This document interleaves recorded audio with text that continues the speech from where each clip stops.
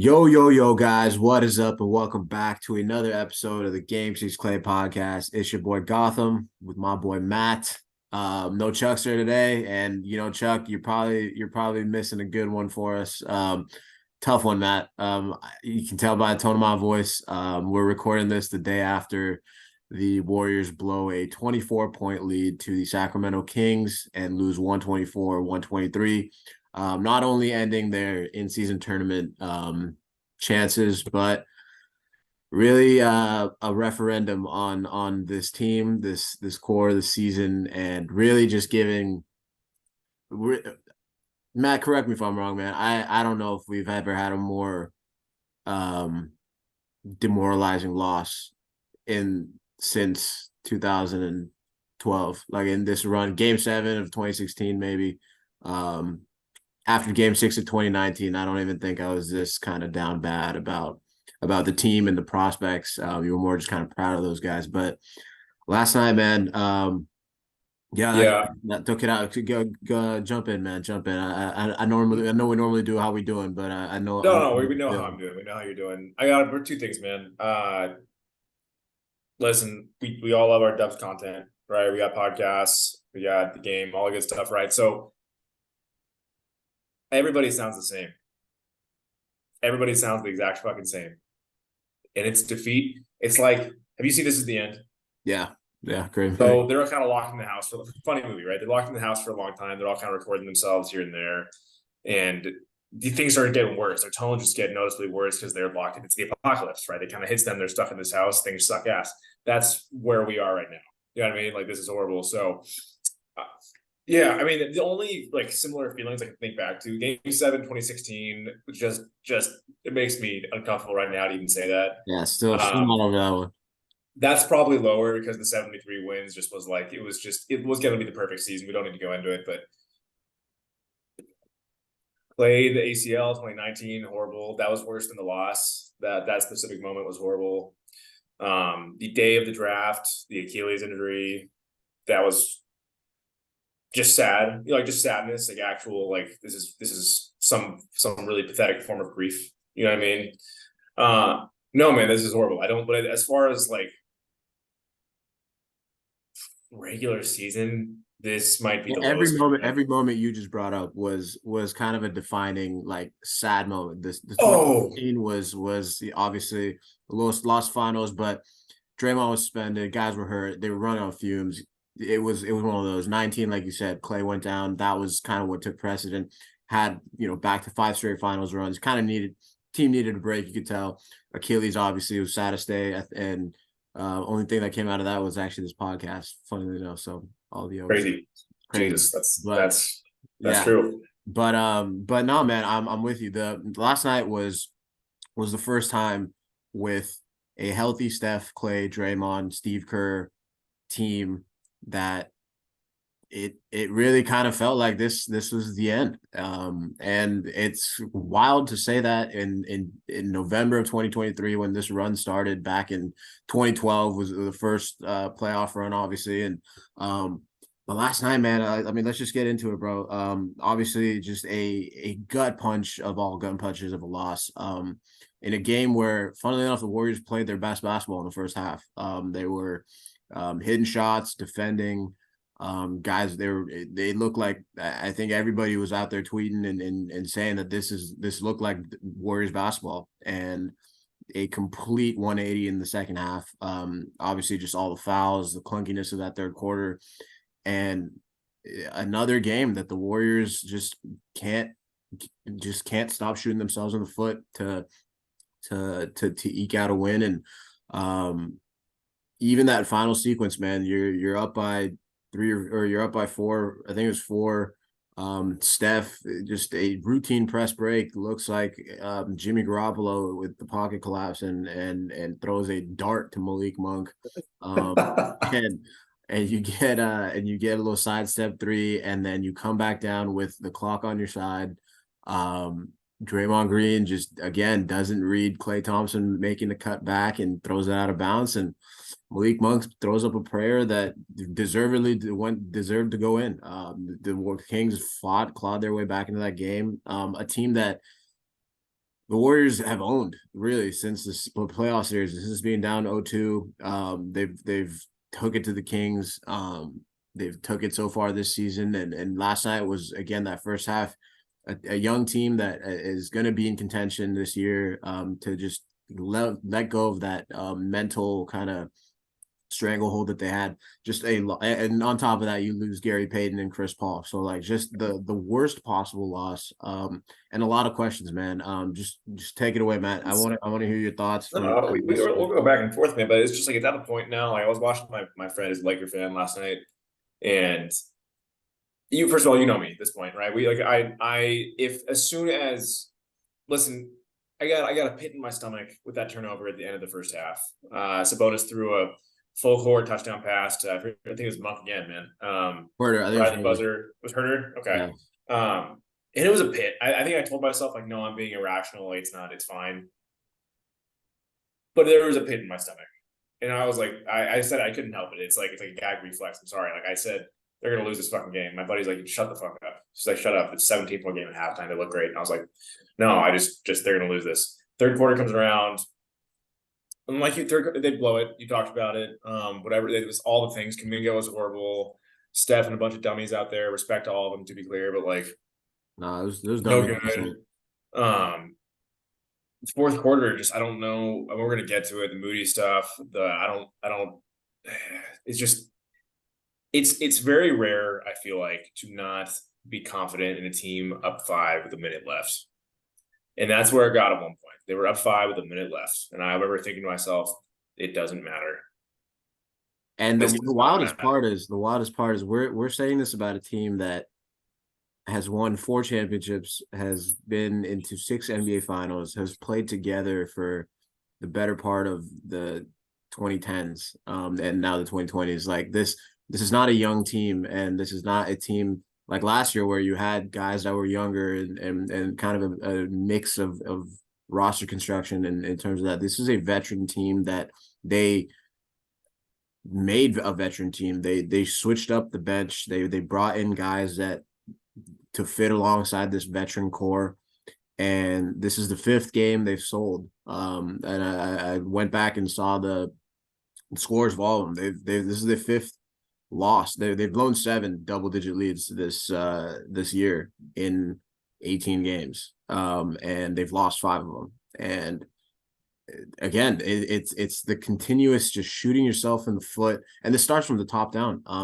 Steve Kerr, Steph Curry, Draymond Green, Klay Thompson, Andrew Wiggins, all the guys that look, man. Like we could talk about the Moses substitution, and I think everybody's on the same page. Moses Moody should have been out there at least longer than he was in the fourth quarter, maybe at least for a couple more minutes. Whatever. Close with the guy. I'm sorry. Anybody else in sports, man? Any other play that You ride the happens? hot hand. You ride the hot hand. And again, that's again. If you have not read it yet, go read Marcus Thompson's article today. The guy is like, Yeah, it was beautiful. It was sports fun. journalism writer in the Athletic. He's the best writer in sports, I think. But he paints and he does it so well. I love Thompson because listen, you can tell this guy has a good relationship with all these guys, like Steve Kerr included, to a degree. He's not tearing Kerr apart for what honestly talk shows all over should. They haven't because it's Steve Kerr and it's the Warriors, right? He just describes how the Kevin Durant came to the Warriors for the fucking reason that they ride the hot hand. If you are playing well, if you're shooting the ball well, the ball is going to get to you. Like Klay 37 points in a quarter. They force fed that motherfucker for 12 minutes. Okay, we know what happens when guys are hot. For Steve Kerr to go away from that, we all predicted the response, right? It was Moses was great. Whatever. Yeah, just we know he was great, Steve. We saw the whole thing, man. Like we know what you're gonna say. I just couldn't believe it, man. That wasn't even what we're saying here. That's not the point of this. We'll get to more Moses Moody stuff. He should have closed. You were kind of moving towards just the fact that it was top down. Yeah, Steve, that has been that's why this is such a defeating loss, and this season has been so underwhelming and irritating for fans and the team. I'm sure, like I'm sure that these guys in the locker room last night were kicking themselves because it starts with you guys, man. Steph Curry 6 turnovers, Draymond Green 4 turnovers, Klay Thompson. Granted, and like Klay had a great first half, 17 points, was taking and making good shots down the stretch. was the opposite. He's not taking good shots. He took like a pull up three where he had Moses Moody just wide open underneath the basket. He's getting blown by Fox and Monk, and for me, it's the awareness. Like, look, man, you guys have nothing left to prove to anybody in the league, in the game of basketball, into the world. Like this core has nothing left to prove. That 2022 title cemented it. And so to see guys like Clay and Draymond and Steph to a degree with the turnovers, and Steve Kerr with his kind of hell-bentishness on like proving that these guys are the reason we're going to win. And at the end of the day, it's going to be, it has to be your main guys, the guys that are making the 40-50 million dollars, $25 million, whoever it is. Those are the main guys who are going to have to help you win a championship. And at this point, we'll get into it. Is this team a championship team or not? But this is the case of this is how this team is constructed right now. Given all of that, you're still seeing so So I much want of to this. pause. I don't even know. I think part of the problem though is that Kerr has that mindset. I think he feels like he has to go down with these guys no matter But that's what. And that's I my agree. that's my Oh, point. I see what you're saying. Yeah. Yeah, that's So my point. Like that, how that's what makes this so just you want to pull your hair out of your head because they have nothing left to prove. Why, like Klay Thompson, everybody knows you're a fucking lethal ass shooter, bro. Like everybody knows the moments that you've had on the biggest of stages in the National Basketball Association. Why is this an issue? Like this should not be an issue for a year 12, year 13 guy who has won 4 championships, who literally won one coming off of 2 injuries, and to come back to a team and play the way he did in that run where look, man, you're getting older and everybody, and this goes for the team as and not just Clay. Like the whole team is getting older. So you're not the same team as you were in 2018, 2017, 2016 when you were in your early mid 20s. You're in your 30s now. You are playing against younger teams. The league is adjusted to the Warriors' dominance and the Warriors' dynasty. And the Warriors have the team. Like they've constructed the roster in a way that they have enough to supplement. And we believe that in terms of the bench depth that we've seen, the young guys that can come and step in, like guys like Moses, JK, obviously tough game last night, tough few games, but again, another guy who we can see that path. But it starts with the core, and if you're not going to be able to adapt to the situation, to who's playing well, I think like you said, man, Marcus Thompson, I think he said it the best. The Warriors built this dynasty and built this brand of basketball on respecting the game and respecting the basketball gods, and to cater to the egos of your main guys. I thought that was an insanely greatly put point of catering to the egos of your main guys and not riding with the hot hand, not riding with your best five at any given moment is going to be at this point is going to be the downfall of this team. And last night is a clear point of, look, man, you have to adapt or you die. And I said it in our group chat. We saw the rise, we saw the dynasty. The fall was inevitable. It sucks that this is the way it's happening because it feels like these guys have, for a team I think you pointed out, for a team that started off as that built this on selflessness and taking and putting the team ahead of your own ego and everything, with Andre Iguodala coming off the bench, for the way that this season is unfolding and the last year and a half, really, with last season included, the way that this is kind of shaping up, it's really seeing that the egos of the core and the main guys is trumping winning basketball. And that's something I never thought would ever happen with a Steve Kerr, Steph Curry, Klay Thompson, and Draymond Green team. And that's what makes this so much of a gut punch of a loss, so disheartening and so eye-opening of the fact that this may be it, because you're not going to change these guys. And it's also like who like at this point it's sad because like there's no reliability in this team, right? There's nobody that I think. I want to be super clear. Steph is still like one of the best 5 players in the league. Like 100%. I think this guy is like he's one of the 4 or 5, 6 players who can be the best player in title team. Steph's been sloppy as fuck this year. 100%. He's been great scoring. He's been shooting the hell out of the ball. He's been throwing shit passes. And here's my point. This stuff, it's not to slander anybody. I don't trust any player's decision making right now on this team down the stretch. Any member of the core, I don't trust Steve Kerr to do the right thing every time. I don't trust Jesus. Draymond is like going in this like Benjamin Button cycle where he's like bro. He's getting crazier as he gets older. I don't know what the fuck's happening. You're supposed to calm down in your 30s, man. it's just Clay again. Here's the thing with Clay. I think I've been probably the hardest on Clay out of the three of us, and I've probably been the most frustrated by his shit. I want to be clear. I think Clay, for the most part, has been like he's been, I will say, good, decent to good. It just feels like that let's say he's 80-20, right? He's 80% good, 20% bad. That 20% is so heavy. And that 20% happens at the worst It times. is at the worst times. I just rewatched this clip a second ago. I want to make sure I had it right. Warriors are up 10 at the end of the third quarter. They had, I think, like 3 seconds left on the shot clock. Steph fires up a three. There's still 13 seconds left on the clock. Moses Moody grabs an O board, fires it to Clay. They were up by 10. It's tenuous. They were up 24. Fires it to Clay. Herder is diving on him. Clay fires it up. It's a break. It's a layup in the other end. Immediately, 8-point game going into the fourth. And again, people are going to say, there's all kind. We're going to get into more of this, but like, it's just these mistakes these guys make just feel so costly. Draymond's technical, the momentum there, so costly. Sure, that gave the Kings the game. Steph's, middle school AAU turnover. And again, you gotta there's more basketball to it, right? Someone's gotta come and help him real quick. Someone needs to flash the corners. Like, No it's not like timeouts. exactly, man. No timeouts because Steve. Again, I'm sorry, at a certain Terrible point, challenge. you gotta realize these motherfuckers hate you, man. And even if that was a foul, you could go both ways. Probably a no call at best, or kind of gets evened out. I think Steph kind of kicked it out. I also think he got tackled. Like, I'm sorry. You gotta realize these motherfuckers don't like you, Steve. The Zebras don't like the Warriors. They don't. We know this. It's been established time and time again. Okay. But my point is, they were in that spot because their four best players, their four most timeless players, I should say. I don't know who the best player is anymore besides Steph. I don't know. These guys are on some weird, fucked up merry-go-round where they just, I don't know. I don't know, man. But these guys that we're supposed to count on, there's no one reliable anymore. The decision making is not reliable. And that's, like you said, man, this is the most helpless I think it's felt, because all of a sudden you're looking at these guys and going, who do we look to in these scenarios to right this ship when we know Steph loves Dre and Clay.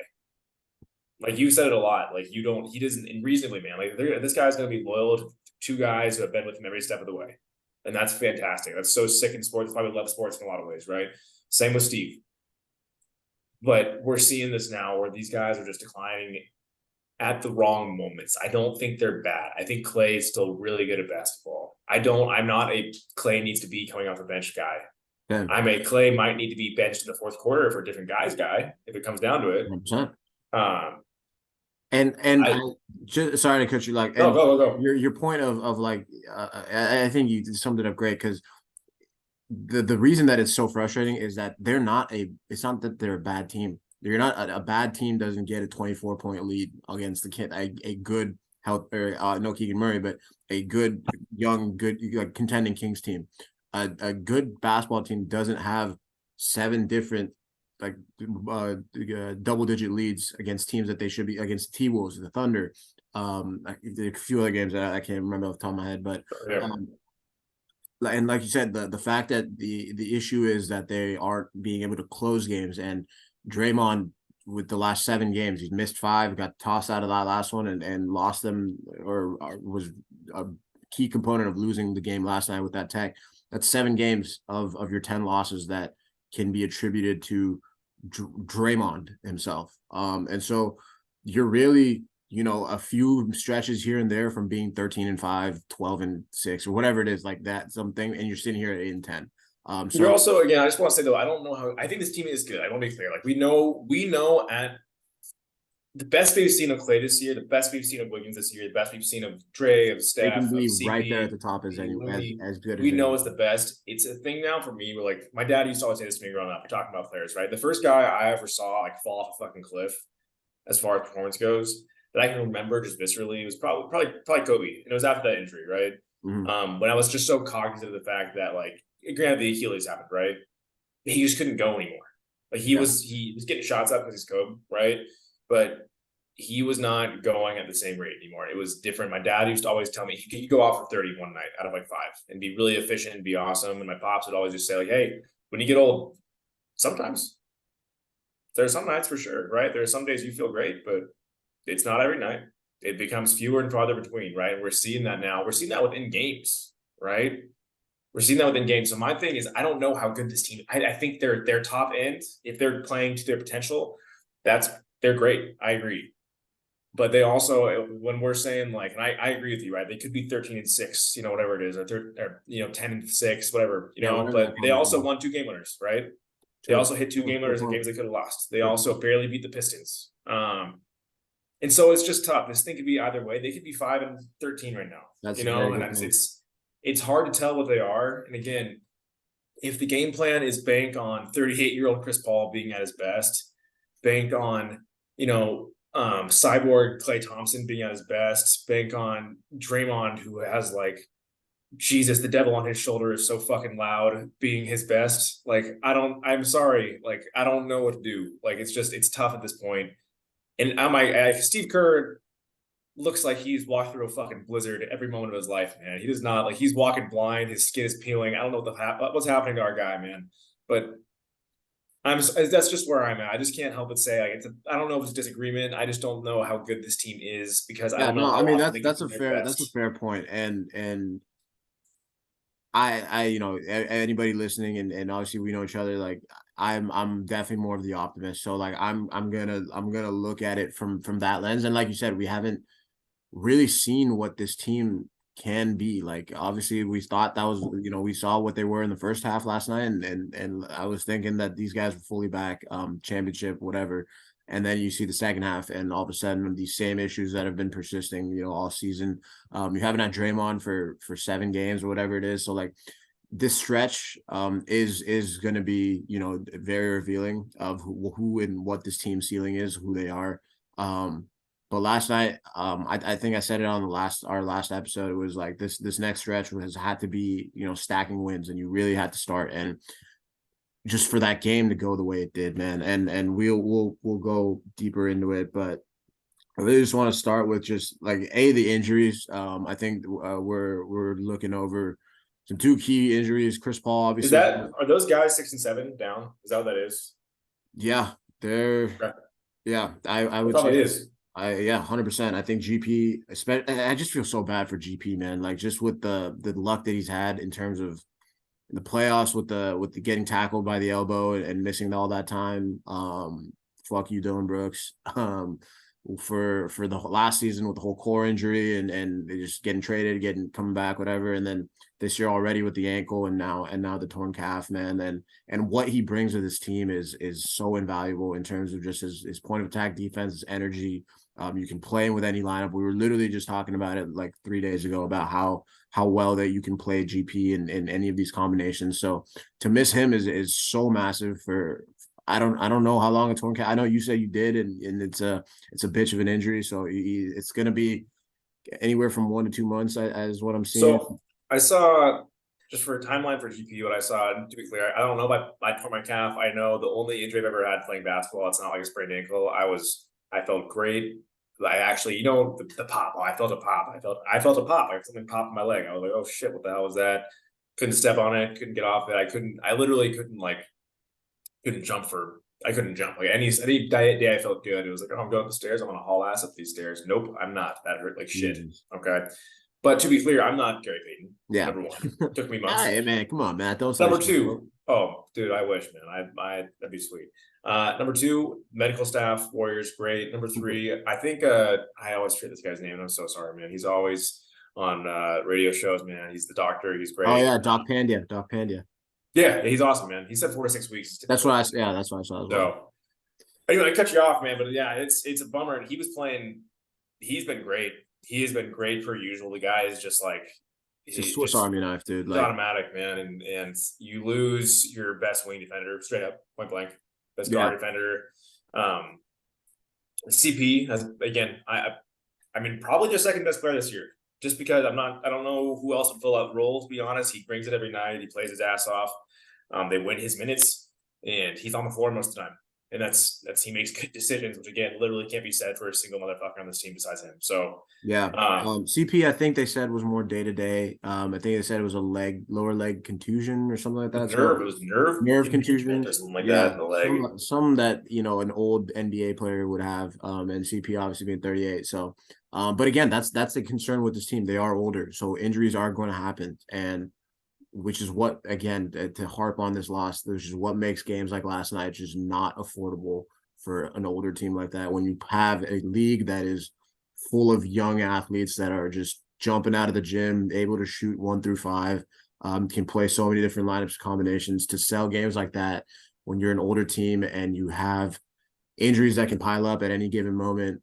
Guys coming back from injuries. Steph literally came back from a knee injury. Like we missed 2 games already this season. So I think Charles Barkley said it on Inside the NBA, man. Like the older you get, like the only thing that changes is you just keep getting older. And I think that's just the case with the Warriors now. Like, and rightfully so. I mean, they've been along. They the experience and the winning pedigree that they come with, that we haven't seen so far this year, quite frankly. But with that comes age, and these injuries are going to be a part of this team, and that is what we've said even in the offseason of kind of curtailing this regular season is and it's why it's about just surviving and advancing to the playoffs, which has been the goal from arguably even since like 22. So like. I guess they were the 3rd seed then. So, but whatever the case, CP and GP, your 6th and 7th men off the bench, are 2 best bench players, arguably your 2, like you said, Matt, just your 2 most important pieces off the bench, are now gone. One for a lengthy time, one not as much, which leads to guys on the bench that will have the opportunity to step up, and this bench is something that we've seen guys like Moses Moody. Pajemski, I'm sure Trace Jackson Davis is going to get some run at some point just with the depleted lineup. But talk to me about that Moses thing, man, because that kid was playing absolutely out of his mind last night. So I think he was he didn't miss.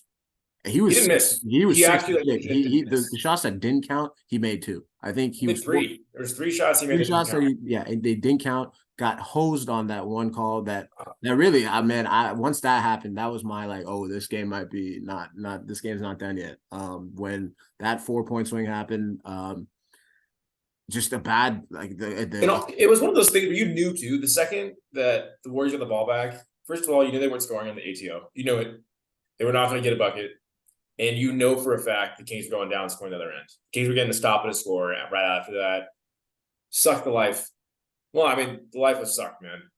I do need to just we hit on the Moses stuff, and I don't think it's a small thing. So I don't think we can spend a little enough time on it, to be honest. I think it's a big deal because it's just so emblematic of the issues with this team right now. We talked about earlier how these guys, we don't know if they can summon it for 48 minutes, right? Guess what? You have a wing in Moses Moody who can probably scale up from the 2 to the 4, who can take a lot of minutes from a lot of guys, who plays winning basketball every time he's on the floor, who Steve Kerr describes as being the Looney of young wings. And I'm sorry, I don't buy it. I don't buy it from Steve Kerr anymore. I think it's actually insulting to Moses Moody. And I have my doubts this kid is not getting frustrated and fed up because you can only do whatever's asked of you for so long. It's 2.5 years now. It's not no time, right? This is year 3 for the guy. He's good. Steve Kerr, how do you trust this guy in the playoffs and not trust him in regular season games? How do you have whoever getting minutes? To be clear, I want to be very clear. I don't think Clay should have been benched yesterday in that Kings game. I don't know why. I don't know. I love Loon. I will always say I love Loon. He wasn't doing a whole lot yesterday. Loon was the guy you had to get out of there. He wasn't doing a whole lot. I don't understand why our guy Steve Kerr feels comfortable closing. I said to this to you guys in the text yesterday. Why does he feel good closing with 6'1" at 5'11" Chris Paul and 6'2", 6'3" Steph, but not with Steph next to 3 long ass, big ass wings and Clay, Moody, and Wiggins next to Draymond? I can't. I can't get my head around it. I really can't. And I know what it is. It's the politics, right? He wants 100%. To go with the old guys. That's all it is. It's just he wants to go with the old guys pretty much no matter what. And until we see, if it's 1 game, I don't give a shit. 2 games, I don't give a shit. Until I see Steve Kerr stop doing this shit for 3 months, for 4 months, I'm not gonna buy it. You got to make changes, man. You got to trust these guys. It's incredible. It's an incredible level of stubbornness we're seeing from him. And again, we all see how old these guys are. And also, man, what a week and a half ago. Do you recall what he said about Pods? Yeah, he's gonna be a staple in the rotation. He's going word for word. He's going to play every night. Corey What Joseph. happened? Corey Joseph. I, The do guy do Corey recruited. do Paz and Moses Moody low key just say the most out of pocket shit to Steve at practice? And we just don't know it. Like, are they just like? They're hitting on his daughter or like saying something, bro. I got no clue, man. But again, here's what I know. I know that those two guys are good. I know that. I don't know how good. I don't know what their ceilings are, but I know they're good. Look, Right? man, like Steve Kerr, we've said it multiple times. He knows basketball better than any of us can do, but the eye test is the eye test. And every time Moses Moody and Brandon Pajemski touch the floor, the energy is better. The intensity is higher. They The look young with those. execution, That's a great word to say. They look young with those guys on the floor. They they look. look It's young, just man. they can They move. are like you have, and it's at that look, man. Everybody like this whole thing started like back in 2020 with the whole two timeline thing, and that was not a bad concept from what the execution we could talk about, but as a Swing and concept, a fucking miss, man. and it's fine. But from a concept standpoint, it makes sense. You want to supplement your old aging veterans with young guys off the bench that can kind of come in and run with these guys, and that is what these guys do. Moody, Pajemski, TJD, Kuminga, who again, like I said, has not had the best run of the last few games, but another young guy that can come in and change the pace. And we can see, I think he's being used in the wrong way too. I'd love to see JK go away from the perimeter and be used solely in that dunker spot in a GP2-esque kind of a role. And let's see how it is now without GP out there. But look, man, Kuminga, you don't trust his jumper. You don't trust his ability to find. The kid is an absolute athletic freak. He can defend the perimeter. He can defend 1 through 5, really. Use him like that. See, you've said it multiple times, Matt, to us and on here. We're losing games the same fucking way. They're playing there's the same game plan every fucking night. You know exactly what's going to happen. You know every bad move that's going to be made. You know every good move that might be made that doesn't get made. It's all predictable now, and it's a shit product to watch. And we've seen this with the Giants, man. The Giants are doing the same exact thing. They did the whole forever Giant thing, and obviously those guys are different than Steph, Clay, and Draymond, just in terms of like the way the championships have been built. But you're towing that line right now of doing that forever Warriors thing, which I'm fully on board with, but you can't do that at the cost of winning basketball. And like MT said, man, cheating the game, cheating the basketball gods, which is what playing politics with these guys is, who don't even need politics to be played for their legacy. Like, they are so set in stone that it's not even funny. These guys are first ballot Hall of Famers and do not have anything to prove. And so the fact that the like we have this written down right now as our second point, problems with the core, Kerr in there. What's the change needed? This is the one change that's needed. Stop playing politics with guys that do not need anything to be proven anymore.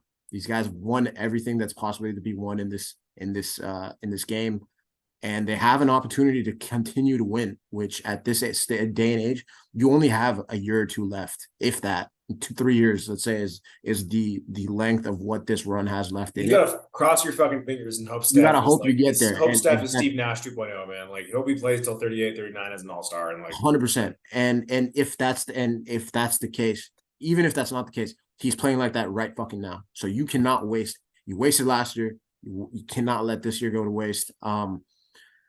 And that's the change, man. And it starts with the core, and it's about, again, I said it multiple times. I tweeted out last night multiple times. It's adapt or die. And if you're not going to adapt, if you're not gonna have the balls to pull Clay in a game where Moses Moody's playing better, bench Wiggins for Kuminga, who can come in and play defense, whatever it is. Wiggs had a great game last night. I'm not gonna lie, but we've seen these opportunities present itself like in this short season so far, and for the most part, Kerr's stuck with his guns. He's stuck with these vets, and he said it today on 95.7 in an interview, and he was like, we're winning a championship because of these 5-6 guys, and he named all the main guys, and he's not wrong. I'm not saying that he's wrong from his thing, but to act like you I don't, think he's wrong. I do, man. to act like you don't have options off the bench that can come in and do exactly what these guys are doing, or maybe even at a better level at this stage of their career, that's completely wrong. And that's misusing your lineups, that's misusing your roster, and that's, like you said, disrespectful to your young guys who, and year 3 are they like, dude, if you don't use them right, get the hell, ship them. Let these kids go flourish, because Moses Moody's a hooper. Moses Moody's a gamer. Jonathan Kuminga's got insane talent. Brandon Pajemski is better than Corey Joseph. point blank right now. So like He's good. So I don't even want to stop there. Like Corey Joseph isn't good. he's not good. Podziemski He's not is good. fucking Like good. that's enough for me. You know what I mean? Yeah, 100%. And so so when we talk about what like changes to be made, adjustments, it starts at the top, man. It's the core guys, and if they can do it, if they have that wherewithal to say, hey, like we're doing. And the funniest part is that coming into the season, that was the message. Doesn't matter who it is, playing our best guys out there, whatever it is, we're doing everything we can to win. The goal is to win a championship. No, the fuck it's not. Right now, you're not showing it. Right now, you're showing that your goal is to get Clay paid. Your goal is to prove that these guys still got it. Got another run in them. That's it, right? Your goal is to show like If these that guys is the will way get you're you going to there. play it, and if that's the way you're going to be approaching it with your adjustments, with your lineups, the way you're playing out there, then this shit's cooked. And it was a hell of a run, and thank you for the memories, but it's a wrap. If that's the way we're going down with it, shit's over. And this doesn't stand a chance. So it starts with the main guys, it starts with the core, and that's the one change. Play your best guys because you have options, and it's completely okay that it doesn't have to be Clay, Draymond, Wiggins every night or whatever it is, because Steph's going to be in there and he's playing like it outside of the turnovers. But No, it, again, I want to be clear. That's a little nitpick. My point was just like these guys are not. They're not good enough to overcome their shitty decision making like they used to be. You know what I mean? They're not. They're not. Steph still is, to be clear. If Steph was on a team with guys who had, we know, man, there's better decision making and faculties. complete kind of sidebar, but this is one thing that everybody shits on LeBron as like the GM, and he gets his guys out, and Love but it. Go. you got to give this man credit for when there's a problem, he takes that into his account and is like, yo, get rid of these guys, get me these guys, this is what I need to win, and this is the team I did. You saw the Lakers, they started 2-10 last year, made a complete overhaul of the roster at the trade deadline and made it to the Western Conference Finals, and gave LeBron a chance. And with Steph, I'm not saying you got to sit here and ship off your guys and do that, but if you're not even able to have a conversation with guys like Clay, to say, or I'm gonna forget about Clay. I think Clay, like you said, has been pretty decent for the most part. It like that's gonna work. To not be able to have a conversation with Draymond Green, sitting here after he missed 5 fucking games for choking out Rudy Gobert, to come back in a pivotal moment of the game and pick up the soft technical. But Draymond, well, what the fuck did you expect, bro? You're a repeat offender for 13 fucking years. Like, you're not getting any benefit of the doubt. You do any sort of bullshit, you're getting that call. You're getting that tech. So Steph, I'm putting that on Steph too. Is it crazy that I'm asking you to have the thing to babysit a grown man? Yes, but Draymond Green, you've not shown us that you can fucking do it yourself. So hop on your podcast, do whatever the fuck you want, saying I'm now changing the kind of basketball player I am. Fine, bro. Then fucking get your shit in line, because your Lobos homie, LeBron, he'd ship your ass out in a second if you were on his team. So, Steph, you got to take control, man. This is your team. This is your final stretch. At the end of the day, this final stretch of this dynasty run is literally the padding of Steph Curry's legacy. So if he's not going to take control, obviously with the turnovers and cleaning it up from himself, it starts with him. But if he can't get his dudes in line and be like, yo, this is a bigger picture. This is not about us. This is about us winning as a team, as a unit, and getting back to the mountaintop together is how he wants to do it. You got to make sure that these homies are in line. And it just starts with that ability to adapt, because we haven't seen it 18 games in, and Kerr hasn't done it. Steph hasn't done it with the turnovers. Clay with the shot selection. Draymond with man, and because when these guys, like you said, when they play their brand of basketball, we saw in that first half, it was beautiful. Cerebral hoop, and that's how they're going to be able to do it defensively and offense, playing in transition, hitting shots, the whole going for the kill job, whatever. But it starts at the top, and that's where the problems are right now.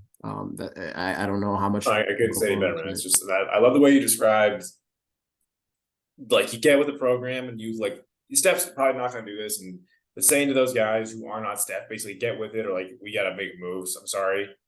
It's understandable. And also, again, I just want to point something out real quick. 4 out of the last 5 years, the Warriors have been in hell. 2019, 2020, shit season. It sucked. It was after Clay towards ACL. I get it. They sucked. 2020, 2021. Listen, Clay towards Achilles, you still had Steph. at age 31. You had Draymond age what, 29 at the Yeah, time? 29. What, one of those two, right? 31, 32 for Steph, 29 or 30 for Draymond. Peak of their powers, mismanaged to. I'm sorry, Bob Myers. That guy, he. I love him. Always gonna love him. But Jesus, man, you left some Meat on the skeletons table. in this Warriors closet, man. 21, 22 championship. But again, this last year, hell, right? Hell, 500 ball club all year. Best case scenario. This year, it's looking like the same thing. That's 4 out of 5 years where you have a guy who has played himself indisputably into a top 10 of all time territory. You're kind of leaving him with shit. And again, I think it's almost again, this is like very much a Twitter talking point, and I apologize for it.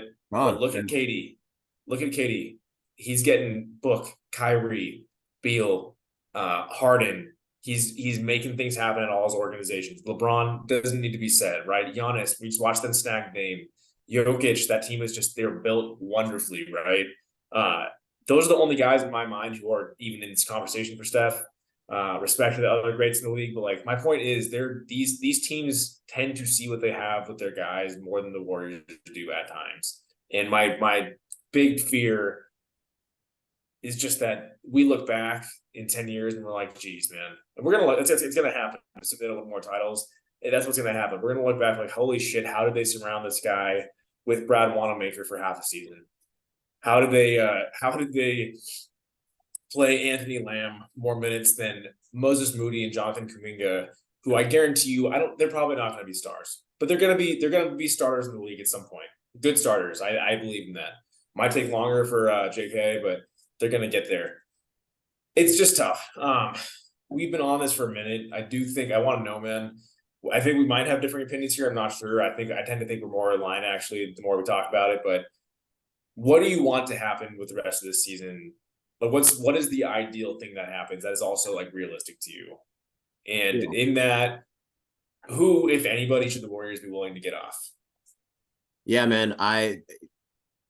It's kind of I have two kind of schools of thought of doing this, and it's really dependent on how these next couple weeks look. Because if they show a willingness to, like we've said, like to adapt and make that happen, then I'm all in on keeping like everything together and making a move. Whether that's you're moving JK and Chris Paul with picks to get. I know Siakam's been floated out. A guy like Laurie. Something to make a move to go all in and win one more. I'm all for it. But I don't if they don't if this is going to be kind of the same bullshit that we're seeing in terms of just the politics being played and all that. I don't think it's worth messing up the legacy of this run to make something happen. And I'm going to be fully honest. I want them to win a championship. I want them to be able to compete. I think that this team, as constructed, can compete for a title. And it's going to take some of these, just kind of looking in the mirror and then these some real ego checking going on. So I am still of the belief that this team, as constructed, can go and back and win it all. But at this point, the way I say it is, yes, they've left a lot of meat on the bones. I love how you brought up the 21 season, where Steph just went ballistic and just had nobody around him. 20 obviously just with the Wiseman pick and Clay being out was a loss year. Steph missed the time, pandemic, whatever it was. But if this run ends with them having won 4 rings, and everything is played out the way it has, and this is how they want to play it. I'm at peace with that part of it. Where, look, man, this is Steph Clay. This is Steph's decision. Obviously, nothing goes without Steph's kind of green light. And so, if this is the way that he wants the final iteration of this team and this dynasty and this run to look like, on his watch, you said it. I mean, you said it in terms of like all the other superstars, KD, LeBron, or whatever it is. Um, it's on Steph to get these guys in line. And we kind of talked about it earlier, but if he's not going to be if he's not able to do that, and this kind of continues, look, man, thank you for the memories. I appreciate it. You guys go down with the ship, and And the way I see it as a fan is, yes, we can want that, we can want them to win one more, go all in. Again, I think they have what it takes to still get back up there. You have a healthy Steph Curry, you have a shot, but he's going to need some help. But I'm at peace with that fact of this may be it, and I don't know if I want to like a trade involving like Clay. I don't think I'd get behind as a fan. Just because you make the move, maybe you don't win it, maybe you do win it, maybe you don't. But looking back on it 5 years from now, 10 years from now, and if you, especially if you don't win it, it's just going to be like, why did you break it up? Especially when you pay Draymond in the offseason, I don't think it makes sense to have Clay being that guy that it would be the outside looking in, because it feels like, I mean, just with the expiring contract and all that, that he would be the guy that did get the axe of the core three. And for what Klay Thompson's done for the Bay Area, for what he's done for this team, for us as fans, I'd be more willing to go down with the ship, but I can see why fans wouldn't, and rightfully so. Like I'm not gonna sit here and be like, yo, you guys gotta have a certain, if you say trade Clay and it happens, I'm not gonna sit here and be like, that's the wrong decision.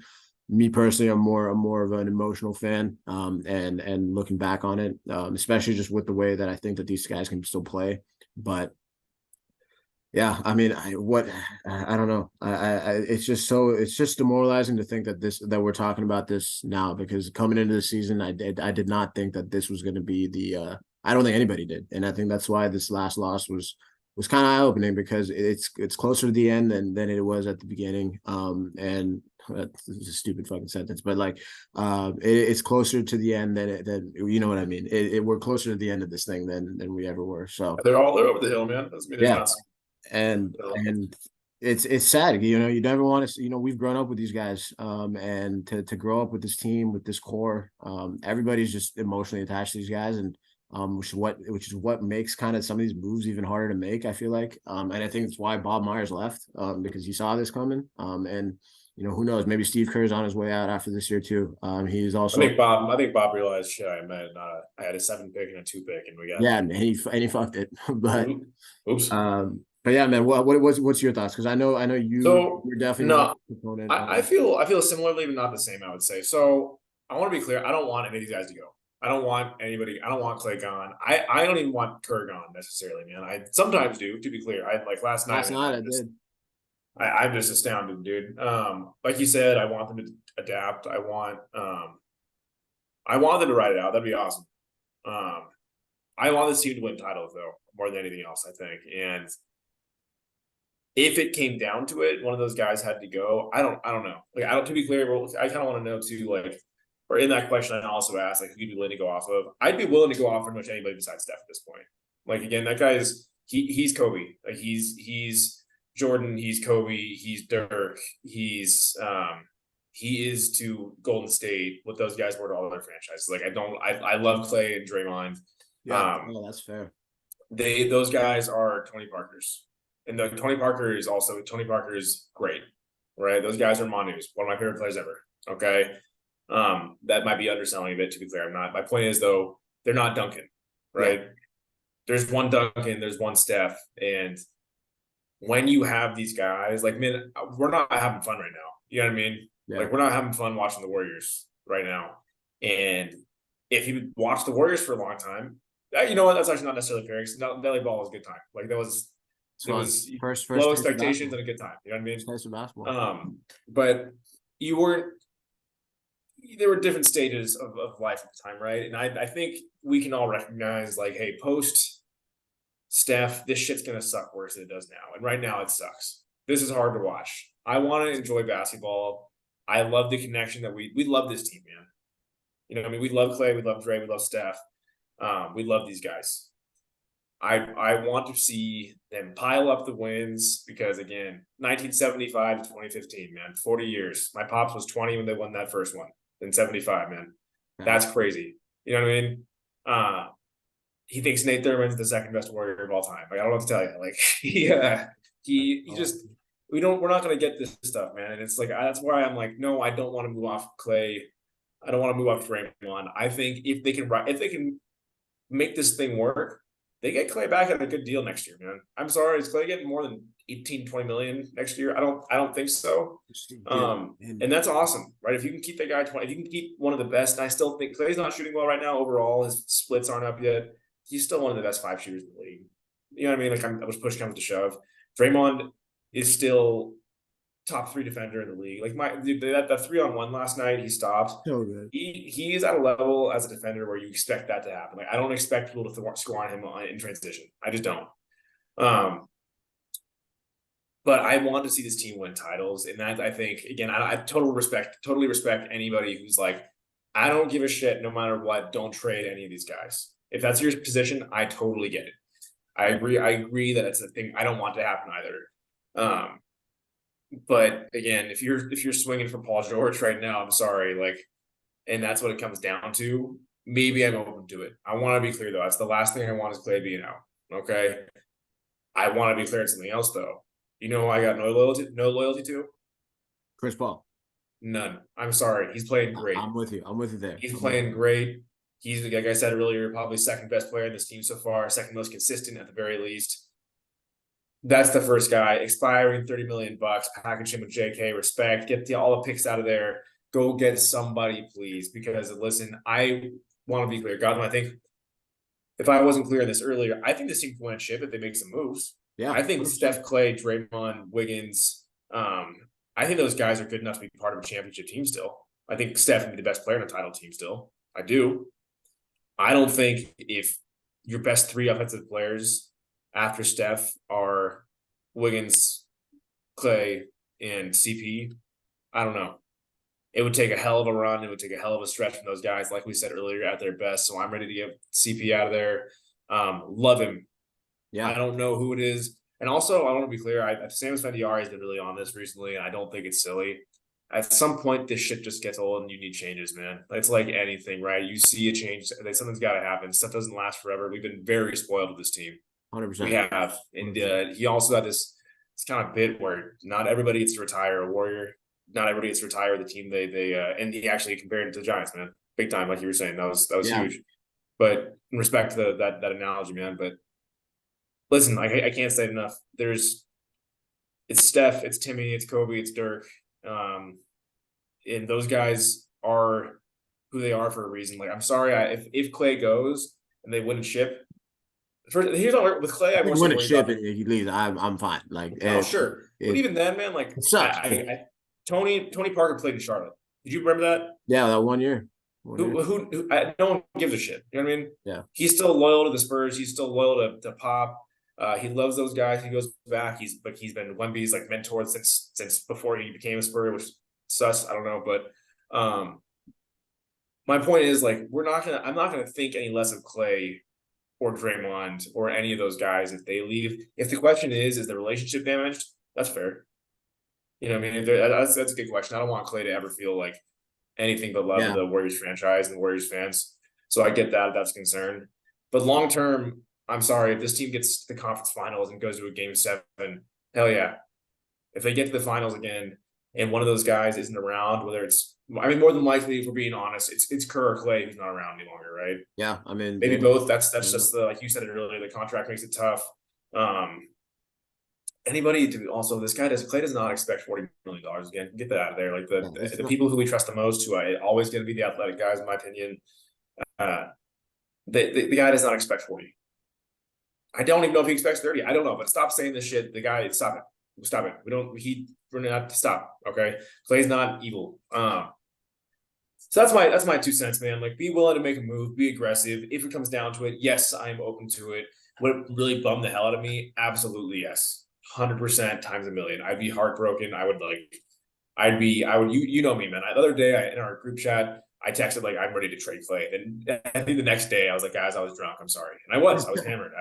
I felt horrible though. I felt literally like I just stabbed Clay. It just feels like, and I'm completely with you. I think that this team, the move can be internal, and this is what I'm talking about in terms of like what Kerr can press the buttons. I'm still on the side that this roster has it, but I'm with you. I think that if they can make a move for a secondary scorer, package a young guy, CP and some of these, first round picks that they have and get something, that they're still very much in title contention. And that Steph Curry led basketball team very much can still win a chip. They're still lethal as hell with Steph out there. And I just think that, and after listening to you, yeah, it feels like I don't know what it is. I've never been in a relationship, so I can't tell you about like cheating on someone. But it feels like you're like cheating on a girl that you just you I don't know. Clay's always just been that guy. Just in terms of the vibes, what he's brought, just missing those 2 years and coming back to win it, like just the memories that we'll have of Clay. So I get it. I know exactly, like it makes complete sense. But again, I think the biggest thing is Steph in this is where is does he give the green light, and whatever his vision, I think, and like you said, there's only one Steph, there's only one Tim, there's one Kobe, Jordan, whatever. It's he's earned the last part of this run to be exactly what he wants it to look like. And so that's where my point is, of like, wherever that, if that means, if he gives a green light to chip off Clay and Draymond, then, or whatever, whoever it is, hire a new coach, get whatever. If that's the case, then I'm all for it. But if his thing is, yo, no, we're going down with the ship, blah blah, I'm at peace with that part. But it's literally, it comes down to Steph, because like you said, it's once 30 hangs it up, man. These podcasts are gonna be a lot more draft boards and watching a lot more college basketball and seeing what's happening. So we're gonna have to enjoy this run and this, but hell of a pod. I think we kind of just we knocked this one out of the park, man. Therapy session, man. It really was, and for better or worse, we're gonna have a lot of these over the next year or two. So but this was the first taste of the beginning of the end, and I don't think it's premature to say that. Regardless of how this season shakes out, moves made. Something is ending. I don't know what the fuck it is. I don't know what's over. Something changed last night. Something was the beginning of, you kind of just like touched your finger, or you like you licked your finger to kind of start moving the page to the next one. I think they made that lick last night, was that first one. Thank you guys. I'm not just a pretty face, everybody. But before we get out of here, Matt, anything you got coming out and you need to shout out? No, maybe I should start like a Twitch stream or something, man, because I'm in hell in these games. People, if Yeah. you're somebody who finds joy in others being in absolute agony, maybe I can entertain you for a few hours. No, but I got nothing, guys. Just I can't say enough. Keep listening. Listenership and viewership, I'm assuming, is also going up, but we appreciate it. 5 stars, all the good stuff. Yeah, keep listening. We're all in hell together. So let's hold hands. We're all in hell together, man. That's perfectly summed up. Chuckster, we miss you on this one. Everybody check out Chuck's latest pieces. I know he's dropping a lot of heat. Outside of just the terror that Marcus Sasser, Aaron Neesmith on the Pacers. Yeah, man. Sasser on the Kids Pistons. in the lab. He's doing good Kids work. in the lab. We should try and get a Niners Eagles preview. Also just on another front, massive game this weekend. Huge. The Niners are legitimately carrying the Niners, and the Shohei Ohtani chase are going to take over the Bay Area sports mindset over the next. Something good's got to happen. I'll ask you this, Matt. I know you're not the Warriors definitely take precedence before we get out. Oh, it's not close. Not so. I saw something interesting the other day. If you had to pick one, a Niners 6th Super Bowl, Steph 5th, or Shohei to the Giants, which is your pick? Yeah, so for me, it's not even close. I'm like, it's Warriors for me, and then it's like loyalty to my friends and family for the other two. So, listen, I feel like the Shohei thing, we see teams with great players all the time who still suck ass, right? You got Trout over the Angels. I don't know what's gonna. You just don't know what's gonna happen. I mean, I'm not gonna, again. I think my brother would be like through the moon happy if the Niners got the Super Bowl, man. If they took it back, that'd be fantastic. I'd be really happy for him. You guys would be thrilled. I think you need that lifeblood. I'm sorry though, man. 30 getting 5, man. That's new territory. 30 getting 5 is new territory. And I tweeted it out the other day. I said it speaks to Steph's impact on us as fans in the Bay Area that the Niners haven't won a Super Bowl since 1994. I wasn't born. You weren't born. Like we have legitimately never breathed while the Niners were NFL champions, and they have had a shot to do it since 2012 in multiple iterations. I've never had my heart broken, and the Niners are just keep doing it to me. So I don't, like I said, I've never had a girlfriend. Don't need one because I got the fucking 49ers to keep breaking my heart. But Steph's fifth would hit. But if I'm 50, I'm 50.1, 49.9 towards a Niners Lombardi. But great little segue there, guys. But until the next episode, man, appreciate you guys joining us here as always, and we'll catch you on the next one. Peace.